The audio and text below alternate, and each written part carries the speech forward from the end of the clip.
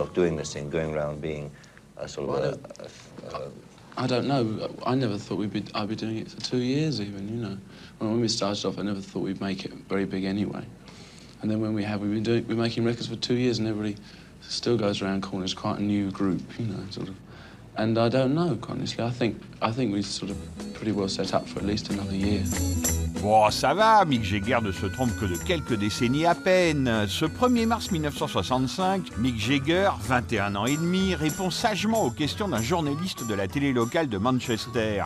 Ni l'un ni l'autre ne se doute alors que 50 ans plus tard, ils seront toujours en gloire et en majesté. Mick avec son boys band, Michael Parkinson avec la BBC. Mais pour l'heure, ça papote surtout de mamans effrayées et de leurs filles surexcitées. You had the normal sort of Stones-type reception for you today, with girls sort of swarming around the taxi. What's it like being a Stone and having this 24 hours a day? Well, it's something you get used to, especially we've been doing it for all this sort of screaming thing for about 2 years now. And after 2 years of it, it just becomes part of your life. I mean, it doesn't sort of, you might think it's unusual or you think you couldn't stand it, but you get used to it.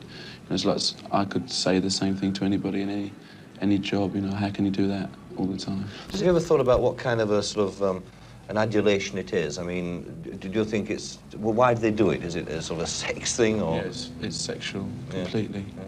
What about these girls in, I think it was in Manchester the other night, where a couple of girls threw themselves from the balcony onto the floor? Well, I don't understand that. That's beyond me completely, you know. I couldn't start on that. Beatles are adored by mums and most everybody. You, in fact, are not adored by mums generally, are you? I mean, mums tend to sort of look at you and say, would you let your daughter marry a Rolling Stone, you know? Yeah, well, maybe, but, you know, there are lots of mums and dads that turn up at our concerts. I'm not sure really what they come for, but they do. They turn up without any kids and things, you know. And the other night, there was, I don't know, there's half a dozen people. There must have been 80. And they really must have been. They didn't come with any sort of grandchildren or anything like that. You've been in a bit of trouble recently over the dress you wear in restaurants. You weren't allowed into the Midland Hotel in Manchester. There's a story in the papers this morning about the manager at a hotel in Yorkshire, a Scotch corner, complaining about biscuits being trodden into your carpets in your hotel bedroom and telephone numbers being scribbled on the wall. What answer do you have to this? I mean, do you think you are badly behaved in public? Oh, sometimes. But we're not, most of the things are exaggerated. I dropped a biscuit and when I woke up in the morning I got out of bed and I trod on it, which is most unfortunate, you know, but I'm sure other people do that. I'm sure commercial travellers tread on biscuits sometimes, you know, we're not the only people. But what about this thing, though, about dress, about not wearing a tie into a restaurant? I mean, do you do it deliberately? Do you go along... No, because most of these places you can.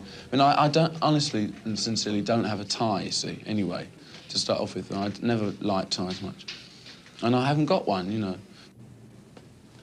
But you feel that this happened to you because you were a Stone rather than, you know, just sort of member of the No, I don't think it made much difference. No. Well, that, you know, if it was a Duke of Edinburgh, he'd get in. If he didn't.